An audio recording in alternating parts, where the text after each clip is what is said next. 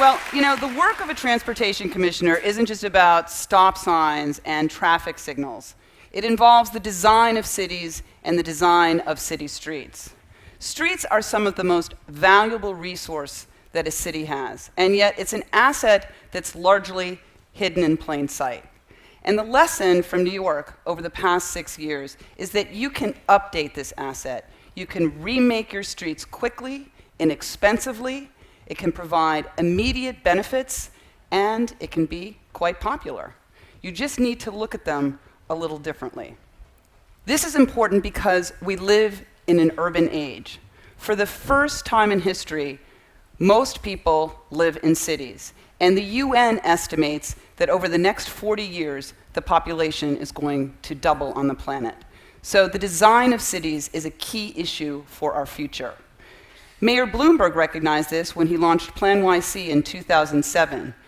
The plan recognized that cities are in a global marketplace, and that if we're going to continue to grow and thrive and to attract the million more people that are expected to move here, we need to focus on the quality of life and the efficiency of our infrastructure.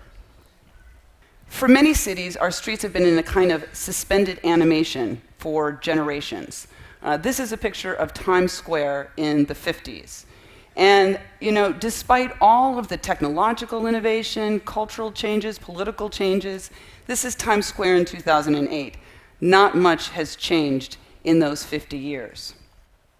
So we worked hard to refocus our agenda, to maximize efficient mobility, providing more room for buses, more room for bikes, more room for people to enjoy the city, and to make our streets as safe as they can be for everybody that uses them.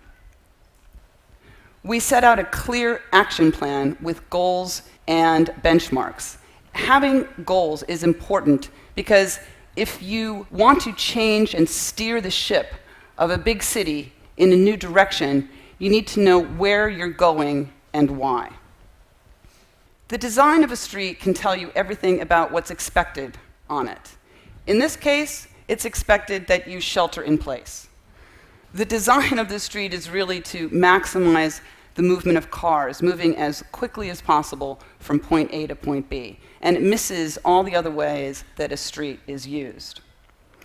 When we started out, we did some early surveys about how our streets were used, and we found that New York City was largely a city without seats. Pictures like this, people perched on a fire hydrant, not the mark of a world-class city. It's not great for parents with kids. It's not great for seniors. It's not great for retailers. It's probably not good for the fire hydrants. Certainly not good for the police department. So we worked hard to change that balance. And probably the best example of our new approach is in Times Square. 350,000 people a day walk through Times Square. And people had tried for years to make changes. They changed signals, they changed lanes, everything they could do to make Times Square work better. It was dangerous, hard to cross the street, it was chaotic. And so none of those approaches worked, so we took a different approach, a bigger approach, looked at our street differently. And so we did a 6-month pilot. We closed Broadway from 42nd Street to 47th Street and created 2.5 acres of new pedestrian space. And the temporary materials are an important part of the program because we were able to show how it worked. And I work for a data-driven mayor, as you probably know. So it was all about the data. So if it worked better for traffic, if it was better for mobility, if it was safer, better for business, we would keep it. And if it didn't work, no harm, no foul, we could put it back the way that it was because these were temporary materials. And that was a very big part of the buy-in. Much less anxiety when you think that something can be put back. But the results were overwhelming. Traffic moved better, it was much safer, 5 new flagship stores opened, it's been a total home run. Times Square is now one of the top 10 retail locations on the planet.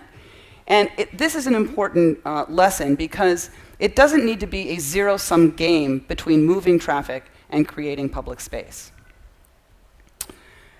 Every project has its surprises. And one of the big surprises with Times Square was how quickly people flocked to this space. We put out the orange barrels, and people just materialized immediately into the street. It was like a Star Trek episode, They weren't there before, and then zzz, all the people arrived. Where they'd been, I don't know, but they were there.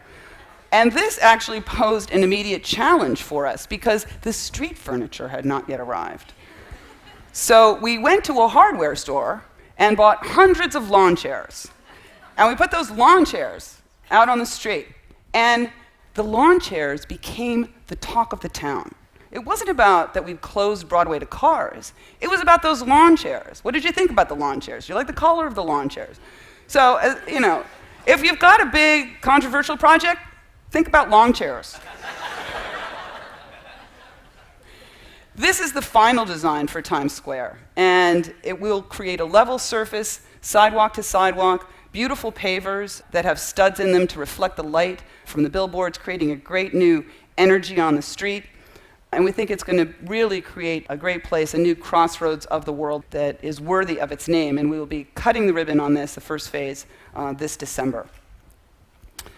With all of our projects, our public space projects, we work closely with local businesses and local merchant groups who maintain the spaces, move the furniture, take care of the plants.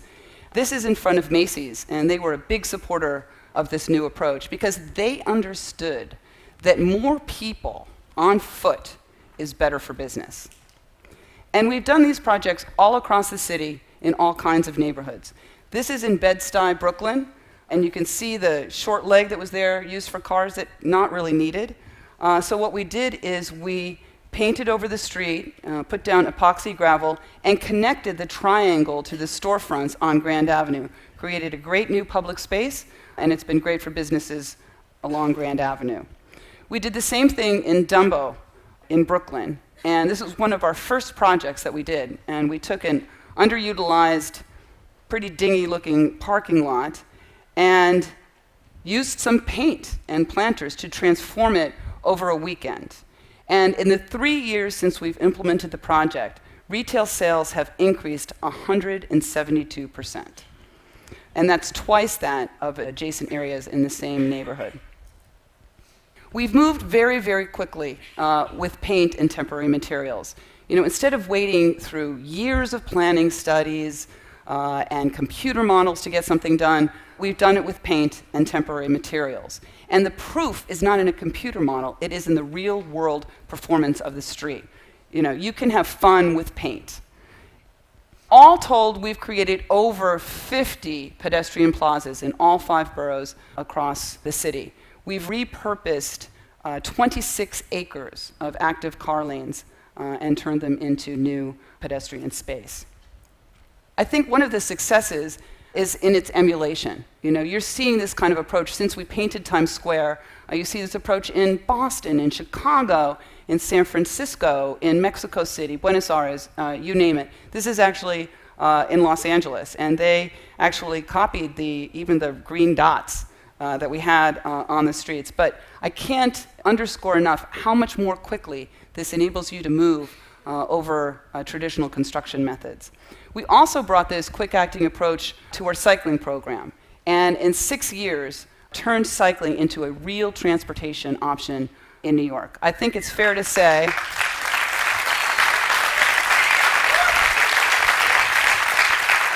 it used to be a fairly scary place to ride a bike, and now New York has become one of the cycling capitals in the United States. And we moved quickly to create an interconnected network of lanes. You can see the map in 2007. This is how it looked in 2013 after we built out 350 miles of on-street bike lanes. I love this because it looks so easy. You just, click it and they're there. We also brought new designs to the street. We created the first parking-protected bike lane in the United States. We protected bikers by floating parking lanes, and it's been great. Bike volumes have spiked. Injuries to all users, pedestrians, cyclists, drivers, are all down 50%. We've built 30 miles of these protected bike lanes, and now you're seeing them pop up all over the country. And you can see here that this strategy has worked. The blue line is the number of cyclists soaring, Green line is the number of bike lanes, and the yellow line is the number of injuries, which have remained essentially flat. After this big expansion, you've seen, no net increase in injuries. And so there is something to that axiom that there is safety in numbers. Not everybody liked the new bike lanes, and there was a lawsuit and somewhat of a media frenzy a couple of years ago. One Brooklyn paper called this bike lane that we have on Prospect Park West the most contested piece of land outside of the Gaza Strip. And this is what we had done.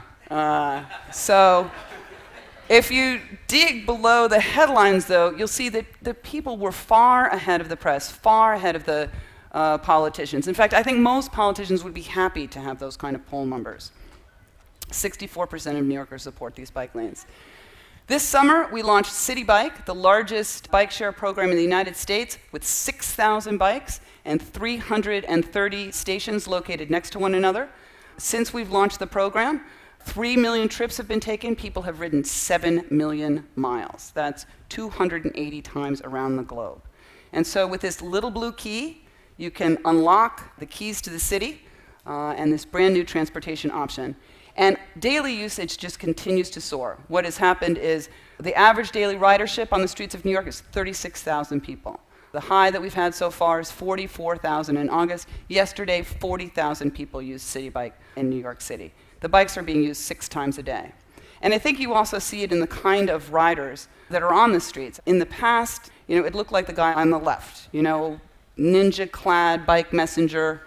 And today, cyclists look, like New York City looks. It's diverse, young, old, black, white, women, kids, all getting on a bike. It's an affordable, safe, convenient way to get around, quite radical. We've also brought this approach to our buses. And New York City has the largest bus fleet in North America, the slowest bus speeds. As everybody knows, you can walk across town faster than you can take the bus. And so we've focused on the most congested areas of New York City, built out 6 bus rapid transit lines, 57 miles of new speedy bus lanes. You pay at a kiosk before you get on the bus. We've got dedicated lanes that keep cars out because they get ticketed by a camera if they use that lane, and it's been a huge success.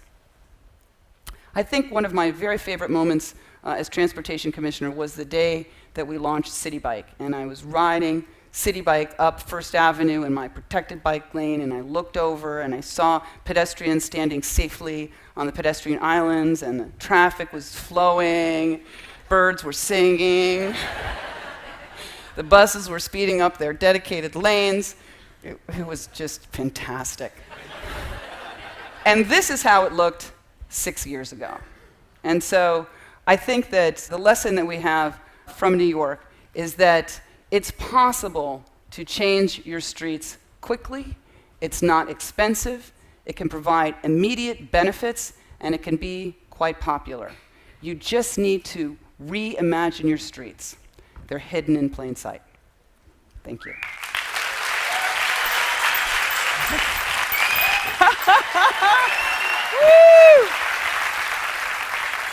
Woo!